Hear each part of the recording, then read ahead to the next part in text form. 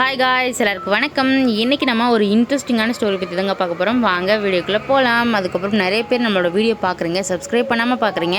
மறக்காமல் சப்ஸ்கிரைப் பண்ணிவிட்டு அந்த பெல் ஐக்கானையும் ப்ரெஸ் பண்ணிட்டு பாருங்கள். இன்றைக்கான சம்பவம் என்ன அப்படின்னு பார்த்தீங்கன்னா, தருமபுரிக்கு பக்கத்தில் இருக்கிற ஒரு கிராமத்தில் கணவன் மனைவி இவங்க 2 பேர்த்துக்குள்ள ஒரு சின்ன சண்டை நடக்குதுங்க. அந்த சண்டைக்கு அப்புறம் அவங்க வாழ்க்கையவே புரட்டி போடுற அளவுக்கு நிறைய விஷயங்கள் நடக்குது. அதை பற்றி தான் இந்த வீடியோவில் பார்க்க போகிறோம். நான் முன்னாடியே சொன்ன மாதிரி இந்த தருமபுரிக்கு பக்கத்தில் இருக்கிற அந்த கிராமத்தில் சுரேஷ் அப்படிங்கிற ஒரு நபர் வந்து மணிமேகலை அப்படிங்கிற ஒரு பொண்ணை வந்து கல்யாணம் பண்ணிட்டு நல்ல லைஃப் வாழ்ந்துட்டு தாங்க வராங்க. அங்கே இருக்க ஒரு கம்பெனியில் தான் இந்த சுரேஷும் வேலை செஞ்சுட்டு இருக்காரு. இந்த மணிமேகலை வந்து வீட்டில் ஹவுஸ் ஒய்ஃபாக தாங்க இருக்காங்க. இவங்க 2 பேருமே வாடகை வீட்டில் தாங்க கூறியிருக்காங்க. ஒரு அடுக்குமாடி கட்டிடத்தில் தாங்க இருக்காங்க. அதில் கிரவுண்ட் ஃப்ளோரில் வந்து ஹவுஸ் ஓனர் அவங்க இருக்காங்க. இவங்க ஃபர்ஸ்ட் ஃப்ளோரில் இருக்காங்க. அதுக்கப்புறம் வந்து மொட்டை மாடிங்க. சொந்த வீட்டிலேருந்து ரொம்ப லாங்காக கம்பெனி இருக்கிறதுனால இவங்க வந்து அந்த கம்பெனிக்கு பக்கமாகவே வந்து ஒரு வாடகை வீடு பார்த்து அங்கேயே ஒரு வருஷமாக அங்கே தாங்க குடியிருந்துட்டு வராங்க. இந்த சமயத்தில் தான் இவங்க 2 பேர்த்துக்கும் இடையில வந்து சண்டை நடக்க ஆரம்பிக்குதுங்க. அது என்ன அப்படின்னு பார்த்தீங்கன்னா, இந்த மணிமேகலை ஹவுஸ் ஒய்ஃபாக வந்து வீட்டில் தாங்க இருந்துட்டு வராங்க. இந்த சமயத்தில் இவங்களும் ஒரு தொழில் பண்ணணும் அப்படின்னு சொல்லி ஒரு ஆசை வருது. அதனால் இந்த மாதிரி டெய்லரிங் கிளாஸ்லாம் போய் டெய்லரிங் கற்றுக்கலாம் அப்படின்னு சொல்லி யோசிச்சுட்டு இருக்காங்க. அந்த விஷயத்தை இந்த சுரேஷ் அவரோட கணவர்கிட்ட வந்து சொல்லணும் அப்படின்னு சொல்லி முயற்சி பண்ணுறாங்க. அந்த சமயத்தில் அவரோட கணவர்கிட்டையும் இதை பற்றின விஷயம் சொல்கிறாங்க. இதை சொன்ன உடனே அவருக்கு பயங்கரமான கோபம் வந்துடுதுங்க. கோவம் வந்துட்டு சண்டை போடுறாரு. நான் சம்பாதிக்கிற சம்பளமே வந்து போதுமானது தான், அதனால் நீ வேலைக்கு போகணும் அப்படிங்கிற அவசியமெல்லாம் கிடையாது, அதனால் நீ வந்து இதை பற்றி இதுக்கு மேலே என்கிட்ட பேசாத அப்படின்னு சொல்லி அந்த இடத்துல சண்டை போடுறாரு. இந்த விஷயத்தினால 2 பேர்த்துக்கு இடையில வந்து பயங்கரமான வாக்குவாதம் நடக்குதுங்க. இந்த சண்டை வந்து கொஞ்சம் பெருசாகி அடிக்கிற அளவுக்கே இந்த சுரேஷ் வந்து போயிட்டாருங்க. அதுக்கப்புறம் இந்த சுரேஷும் கோவத்தில் வந்து வீட்டிலேருந்து வெளியே போயிட்டாரு. அன்னைக்கு நாள் முழுக்கவுமே இந்த மணிமேகலை வீட்டில் அழுதுகிட்டே தான் புலம்பிக்கிட்டு இருந்திருக்காங்க. அதுக்கப்புறம் இந்த சுரேஷ் வந்து நைட்டு ஒரு 8 மணிக்கெல்லாம் வீட்டுக்கும் வந்துட்டாருங்க. வந்து அப்போவுமே கோவத்தில் தான் இருக்காங்க. 2 பேரும் பெருசாக பேசிக்கவும் இல்லை. அதுக்கப்புறம் சுரேஷ் வந்து நல்லா தூங்கவும் ஆரம்பிச்சிட்டாருங்க. ஆனால் இந்த மணிமேகலைக்கு வந்து தூக்கமே வரல. இந்த நடந்த அந்த சண்டையில் ரொம்ப பாதிச்சதுனால இவங்க தூக்கம் வராமல் புலம்பிக்கிட்டே இருக்காங்க. அந்த சமயத்தில் சரி வீட்டுக்குள்ளேயே ஏன் இருக்கணும் அப்படின்னு சொல்லிட்டு, சரி நம்ம மொட்டை மாடியில் போய் கொஞ்ச நேரம் இருந்துட்டு அதுக்கப்புறம் வரலாம் அப்படின்னு சொல்லிட்டு இந்த மணிமேகலை அந்த ஒரு 12 மணி இருக்குங்க. அந்த சமயத்தில் மொட்டை மாடிக்கு போயிடுறாங்க. இவங்க அந்த மொட்டை மாடிக்கு போன விஷயம் வந்து சுரேஷ்க்கு தெரியாது. ஏன் அப்படின்னு பார்த்தீங்கன்னா, அவர் நல்லா தூங்கிட்டு இருக்காரு. 12 மணிக்கு போன இந்த மணிமேகலை வந்து காலையில் ஒரு 5 மணிக்கு தாங்க வீட்டுக்கே வராங்க. அந்த சமயத்துலேயும் சுரேஷ் தூங்கிட்டு தான் இருக்கார். அதுக்கப்புறம் சுரேஷ் எப்பவும் போல் எந்திரிச்சு அவரோட வேலைக்கும் கிளம்பிட்டாருங்க. அந்த சமயத்தில் இந்த மணிமேகலை இருக்காங்க பார்த்தீங்களா, அவங்க எப்பவும் போல் இல்லாமல் ஒரு சில வித்தியாசமான ஒரு விஷயமெல்லாம் பண்ணுறாங்க. அதையும் சுரேஷ் கவனிக்கிறாரு. ஆனால் சரி இந்த சண்டை போட்டதுனால தான் இவங்க இப்படி இருக்காங்க அப்படின்னு சொல்லி அவர் நினச்சிக்கிட்டு அவர் வேலைக்கு கிளம்பி போயிடுறாரு. அதுக்கப்புறம் அன்னைக்கு நைட்டு அவர் வேலையை முடிச்சுட்டு வந்துட்டாருங்க. வந்ததுக்கப்புறம் வந்து மணிமேகலை கூட வேற சண்டை போட்டார்ல, அதனால் அவங்கள சமாதானப்படுத்தணும் அப்படின்னு சொல்லிட்டு அவரும் அவங்கள சமாதானப்படுத்திடுறாரு. அதுக்கப்புறம் 2 பேரும் நார்மலாக எப்பவும் போல் ஆயிடுறாங்க. ஆனாலும் இந்த மணிமேகலை இருக்காங்க பார்த்தீங்களா, அவங்க ஒரு சில வித்தியாசமான செயல்கள் அப்போவுமே பண்ணிட்டு தாங்க இருக்காங்க. அப்போவுமே இந்த சுரேஷ்க்கு கொஞ்சம் சந்தேகமாக தான் இருக்குது. என்னடா சண்டையெல்லாம் முடிஞ்சிருச்சு, சமாதானமும் ஆயிடுச்சு, அதுக்கப்புறமும் வந்து இவ இந்த மாதிரிலாம் பண்ணுறாளே என்னன்னு ஒன்றுமே புரியலையே அப்படின்னு சொல்லிட்டு அன்னைக்கு இரவும் இவர் தூங்க போயிடறாருங்க. தொடர்ந்து வந்து ஒரு 3-4 நைட்டு வந்து இவங்க இப்படியே ஒரு 12 மணி சமயத்தில் வந்து மொட்டை மாடிக்கு போயிடுறாங்க. அதுக்கப்புறம் காலையில் ஒரு 5 மணிக்கு தாங்க வீட்டுக்கும் வராங்க. இதையெல்லாம் கவனிக்காமையே தான் இந்த சுரேஷ் இருந்திருக்காரு. அந்த சமயத்தில் ஒரு நாள் வந்து நைட்டு இவர் நல்லா தூங்கிட்டு இருந்தவர் திடீர்னு முழிப்பு வந்துச்சுன்னு எந்திரிச்சு பார்க்குறாருங்க. அப்படி அவர் பார்த்து அவருக்கு பயங்கரமான ஷாக்கு. என்ன அப்படின்னு பார்த்தீங்கன்னா, அவனோட மனைவியை அங்கே காணோம். என்னடா இந்த நேரத்தில் எங்கே போயிருப்பா அப்படின்னு சொல்லி இவங்க வீட்டு சுற்றியுமே தேடி பார்க்குறாருங்க.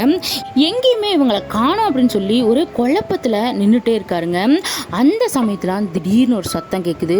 அந்த சத்தம் எங்கேருந்து கேட்குது அப்படின்னு பார்த்தீங்கன்னா, மொட்டை மாடியிலேருந்து தாங்க கேட்குது. மொட்டை மாடியில் யாரோ நடந்துட்டுருக்கிற அந்த சத்தம் கேட்குது. அதுக்கப்புறம் ஒரு பக்கெட் இருக்குது பார்த்தீங்களா, அந்த பக்கெட் உருண்டை ஒரு சத்தம் வரும்ல, அதே மாதிரியான சத்தமும் சத்தமும் கேட்குது.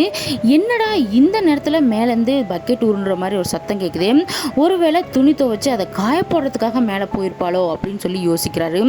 அப்படியே போனாலும் இப்போ மணி என்ன ஆகுது, 12 மணி ஆகுது, இந்த சமயத்தில் போய் துணி காய போடணுமா அப்படின்னு யோசிச்சுட்டு இருக்காருங்க.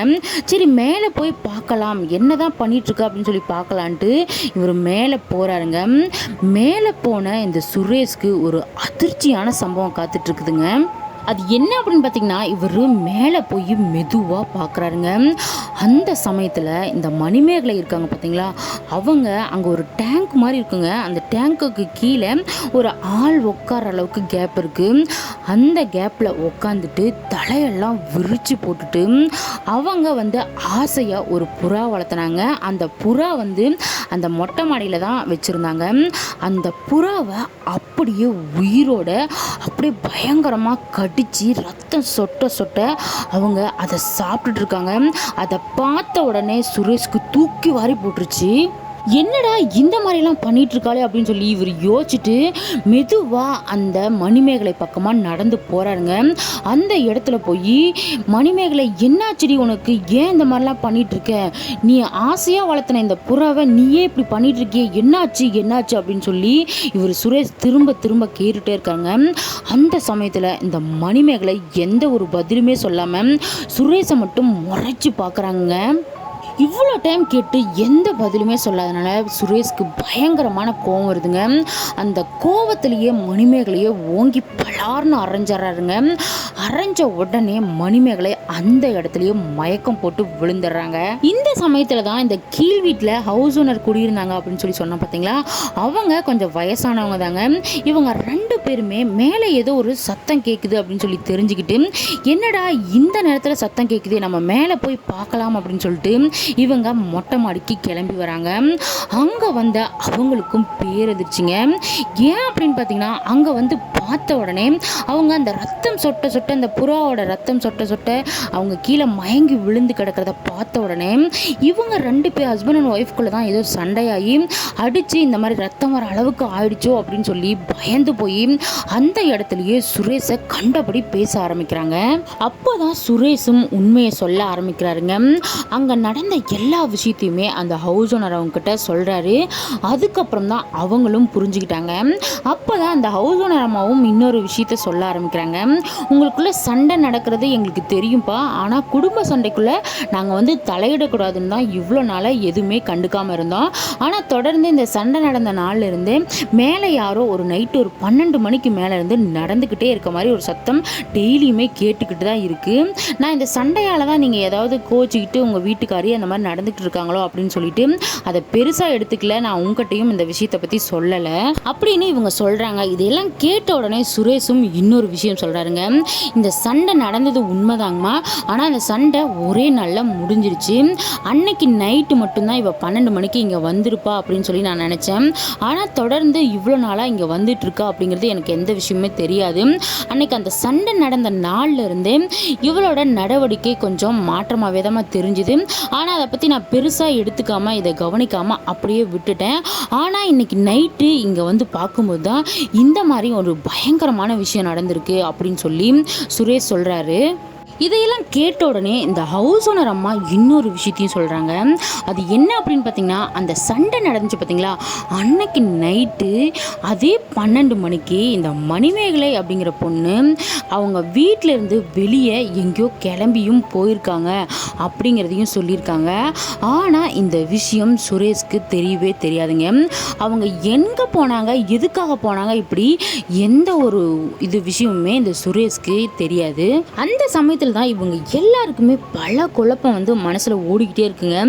எதனால் இந்த மாதிரிலாம் நடக்குது அப்படின்னு சொல்லி யோசிச்சுட்டே இருக்கும்போது, சரி இந்த மாதிரி பேய் ஏதாவது பிடிச்சாதான் இந்த மாதிரி பண்ணுவாங்க, ஒருவேளை அந்த மாதிரி ஏதாவது இருக்குமோ அப்படின்னு சொல்லி யோசிச்சுக்கிட்டே, சரி ஃபஸ்ட்டு இவளை கொண்டு போய் வீட்டில் நம்ம படுக்க வச்சிடலாம், அதுக்கப்புறம் எங்களுக்கு தெரிஞ்ச ஒரு மாந்திரிகர் இருக்கார், அவரை நீங்கள் போய் இப்போ உடனே கூட்டிகிட்டு வாங்க, கூட்டிகிட்டு வந்ததுக்கப்புறம் என்ன ஏது அப்படிங்கிறது விலாவரியாக நம்ம கேட்டு தெரிஞ்சுக்கலாம் அப்படின்னு சொல்லி அந்த ஹவுஸ் ஓனர் அம்மா சொல்கிறாங்க. சொன்ன உடனே இவங்க இவங்க அந்த மணிமேகலையை வீட்டில் கொண்டாந்து விட்டுட்டுங்க. அதுக்கப்புறம் அந்த ஹவுஸ் ஓனர் அம்மாவையும், அவங்களுக்கு ஒரு பையன் இருக்காங்க அந்த ஹவுஸ் ஓனர் அம்மாவுக்கு, அந்த பையனையும் அங்கே வீட்டில் விட்டுட்டு இந்த ஹவுஸ் ஓனரோட ஹஸ்பண்ட் இருக்காருங்க, அவரும் இந்த சுரேஷும் போய் அந்த மாந்திரிகரை கூட்டிகிட்டு வரதுக்காக 2 வீலரில் கிளம்பிடுறாங்க. அந்த சமயத்தில் இந்த ஹவுஸ் ஓனர் அம்மாவும் அவங்களோட பையனும் தாங்க அந்த மணிமேகலோட வீட்டுக்கு வெளியே இருக்காங்க. அந்த மணிமேகலையே அவங்களோட வீட்டுக்குள்ளே வச்சு வெளியே லாக் பண்ணிவிட்டு இவங்க இந்த சுரேஷ் வந்து மாந்திரிகரை கூப்பிட்டு வரத்துக்கு போனார் பார்த்தீங்களா, அவர் கூட்டிகிட்டு வர வரைக்கும் நம்ம இங்கேயே வெயிட் பண்ணலாம் அப்படின்னு சொல்லிட்டு அந்த இடத்துல வெயிட் பண்ணிகிட்டே இருக்காங்க. அப்போ தான் திடீர்னு ஒரு சத்தம் கேட்குதுங்க. அது என்ன அப்படின்னு பார்த்தீங்கன்னா, கதவை யாரோ வேகமாக தட்டுற மாதிரி ஒரு சத்தம் கேட்குது. இந்த மணிமேகலை வந்து அந்த வீட்டோட கதவை பயங்கரமாக தட்டுறாங்க. அந்த தட்ட ஆக்ரோஷமாக ஒரு சில விஷயங்களையும் சொல்ல ஆரம்பிக்கிறாங்க. நீங்கள் என்ன பண்ணாலும் இந்த உடம்புலேருந்து என்னை பிரிக்கவே முடியாது, நீங்கள் தயவு செஞ்சு கதவை திறந்துருங்க, இல்லை அப்படின்னா நான் என்ன பண்ணுவேனே தெரியாது அப்படின்னு சொல்லி ஒரு மாதிரி கட்ட குரலில் ஆக்ரோஷமாக பேசுகிறாங்க. இதெல்லாம் கேட்ட உடனே அவங்களுக்கு பயம் அதிகமாயிருச்சு. என்னடா இந்த மாதிரியான குரல் எல்லாம் பேசுகிறாங்களே அப்படின்னு சொல்லி பயந்துக்கிட்டு, சரி எப்படியாவது இவங்களை வெளியே போக விடக்கூடாது அப்படின்னு சொல்லி அந்த கதவை டைட்டாக க்ளோஸ் பண்ணி பூட்டெல்லாம் போட்டு வச்சுட்டாங்க. அதை மீறியுமே அவங்க அந்த கதவை தட்டி அந்த மணிமேகலை வெளியே வந்துடுறாங்க. வெளியே வந்ததுக்கப்புறம் அவங்கள போகக்கூடாது அப்படின்னு சொல்லி ரொம்ப தடுத்து பார்க்குறாங்க. அவங்க அந்த தடையெல்லாம் மீறி வேக வேகமாக அவங்களோட அந்த மாடி வீட்டிலேருந்து இறங்கி கீழே வேக வேகமாக வந்துடுறாங்க. அந்த ஹவுஸ் ஓனரோட பையனும் பின்னாடியே பின்தொடர்ந்துட்டே வந்துட்டே இருக்காங்க. கேட்டை ஓப்பன் பண்ணி அவங்க வேக வேகமாக ஒரு இடத்துக்கு போக ஆரம்பிச்சிடுறாங்க. இதெல்லாம் பார்த்த உடனே அந்த ஹவுஸ் ஓனரும் டக்குன்னு அந்த சுரேஷ்க்கு கால் பண்ணிடுறாங்க. கால் பண்ணிவிட்டு இந்த மாதிரி தான் அந்த கதவை தட்டி உடைச்சிட்டு இவங்க வெளியே எங்கேயோ போய்கிட்டே இருக்காங்க, நீங்கள் டக்குன்னு வாங்க அப்படின்னு சொல்லி ஃபோன் பண்ணி சொல்லிட்டு இவங்களும் அவங்கள பின்தொடர்ந்து போக ஆரம்பிக்கிறாங்க. இந்த பொண்ணு எங்கே போகிறாங்க அப்படின்னு பார்த்தீங்கன்னா, அவங்க வீட்டுக்கு பக்கத்தில் ஒரு சுடுகாடு இருக்குங்க. அந்த சுடுகாட்டை நோக்கி தான் இவங்க வேகமாக ஆக்ரோஷமாக நடந்து போயிட்டுருக்காங்க. இந்த மணிமேகலையை பின்தொடர்ந்து இந்த ஹவுஸ் ஓனர் அம்மாவும் அவங்களோட பையனும் போய்கிட்டு இருக்காங்க பார்த்தீங்களா, அவங்களுக்கு பயங்கரமான ஷாக்குங்க. ஏன்னா நடந்து போகிறது ஒரு பெண்ணோட உருவமே கிடையாது, அது வந்து ஒரு ஆணோட உருவத்தை தான் அவங்களோட கண்ணுக்கு காட்டுதுங்க. நடந்து போகிறது மணிமேகலை தானே, ஆனால் எப்படி இந்த மாதிரியான ஒரு உருவம் நம்மளுக்கு தெரியுது அப்படின்னு சொல்லி அவங்க பயந்து நடுங்கி அந்த இடத்துலையே நின்னுறாங்க. இந்த மணிமேகலையும் வேக வேகமாக சுடுகாட்டுக்குள்ளே போய் அங்கே ஒரு பிணத்தோட சமாதி மேலே சமணங்கால் போட்டு உட்காந்து தலையெல்லாம் விரிச்சு போட்டு ஒரு மாதிரி கோவத்தோட உட்காந்துட்டு பார்த்துக்கிட்டே இருக்காங்க. அந்த சமயத்தில் தான் இந்த சுரேஷும் அந்த மாந்திரிகரை கூட்டிகிட்டு வந்துடுறாங்க.